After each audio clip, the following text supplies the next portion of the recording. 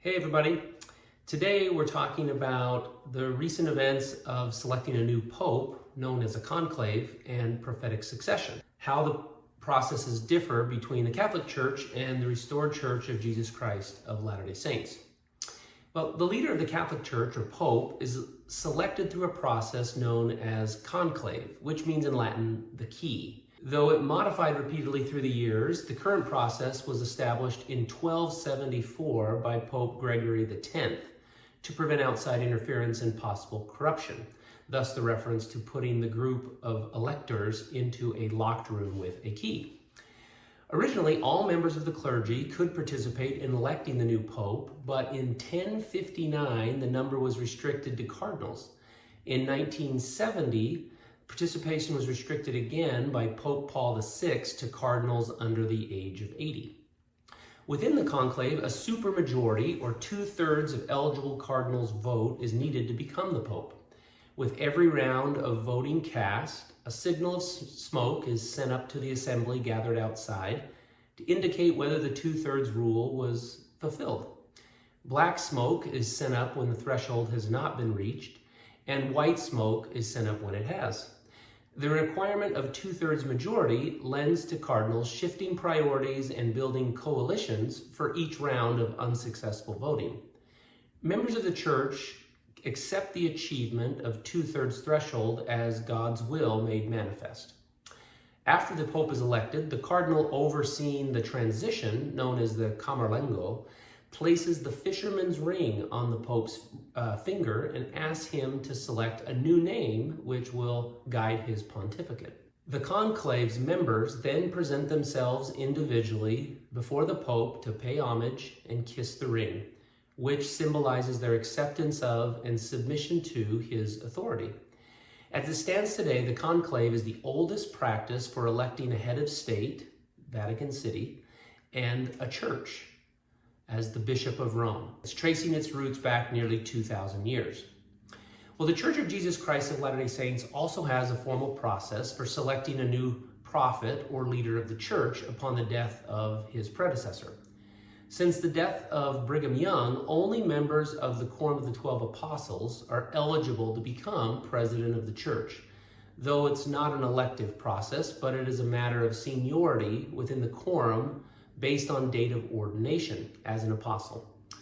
Upon the death of the prophet, the quorum of the presidency of the church, or more commonly referred to as the first presidency, is dissolved, and each surviving member falls back into the quorum of the 12 apostles based on date of ordination. The president, or senior member of the quorum of the 12 apostles, assembles a meeting with all quorum members once he feels inspired the first presidency should be reorganized. This decision to reorganize the first presidency took several years after the death of Joseph Smith and a few succeeding presidents of the church. However, beginning with President Lorenzo Snow, it became customary for the first presidency to be reorganized within a few days following the death of the president of the church. In the assembled meeting of apostles, a member of the quorum of the 12 proposes, it's usually the apostle's second in seniority, the president of the quorum of the 12 apostles be ordained as president of the church and to reorganize the first presidency. The motion is then seconded. Then all apostles, who each hold all priesthood keys to govern the affairs of the church across the world, lay their hands on the president of the quorum's head and set him apart as president of the Church of Jesus Christ of Latter-day Saints, and pronounce upon him the authority to exercise all priesthood keys. This right is confirmed by unanimous voice of the quorum. The entire process may take 90 minutes. The president of the church then has the liberty to select 2 members of the quorum to serve as counselors in the newly formed first presidency and to replace the vacancy left in the quorum of the 12 apostles. The time to select counselors varies based on the procedural style of the new president of the church, but typically is done within a few days. The time to fill the vacancy in the 12 can also vary, but is typically announced during the next general conference, which is less than 6 months. So what are the similarities and differences between the two organizational processes? Well, one thing that is similar is that in both the Catholic Church and in the Church of Jesus Christ, there are a limited number of electors who participate in the selection process. In the Catholic Church, there's the entire cardinal body who are under the age of 80, or 133 cardinals who elected the last pope. And in the Church of Jesus Christ of Latter-day Saints, there are the remaining living apostles, 14 of them, usually is the case. Aside from that similarity, come a lot of differences. For instance, though both churches lay claim to Peter's authority, they trace the authority in different ways.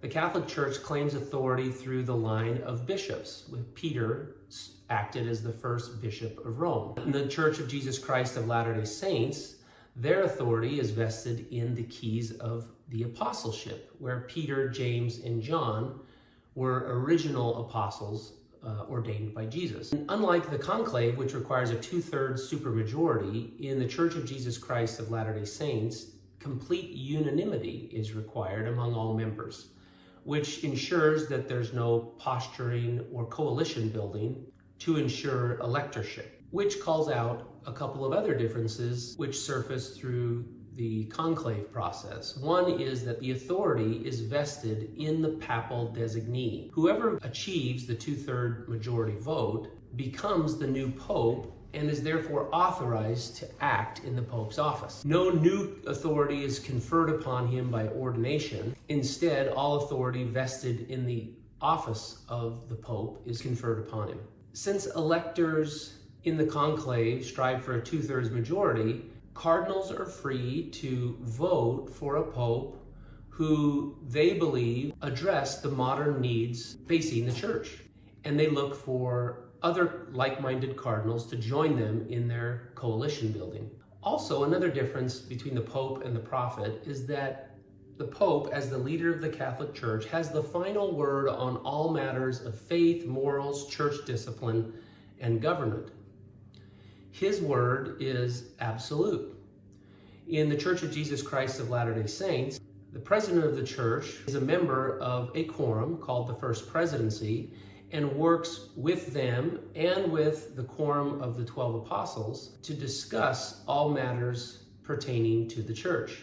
And in Doctrine and Covenants section 107, verses 26 to 31, we learn that the quorum of the First Presidency, when organized, is equal to the authority of that of the 12. And every decision made by either of these quorums must be unanimous voice of the same. No single voice can override concerns of any other members of the quorum.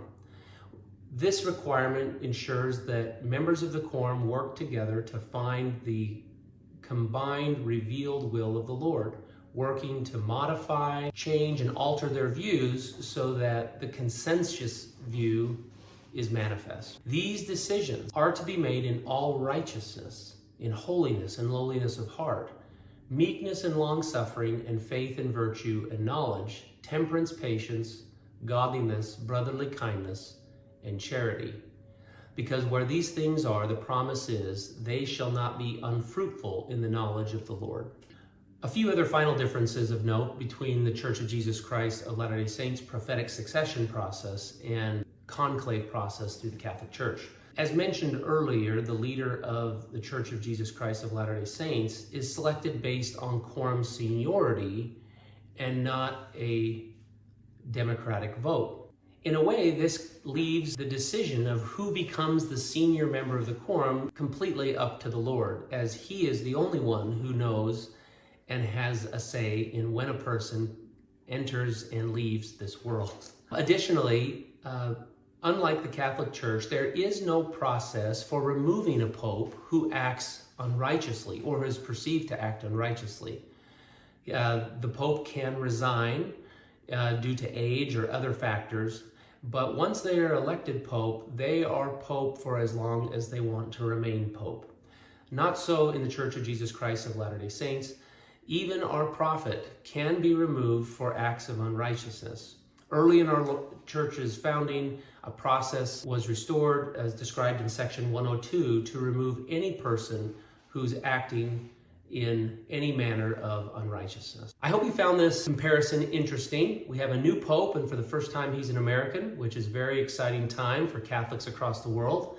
If you like this content and you're interested in other content, be sure to click on the follow button and follow us on our YouTube channel at Power of Godliness.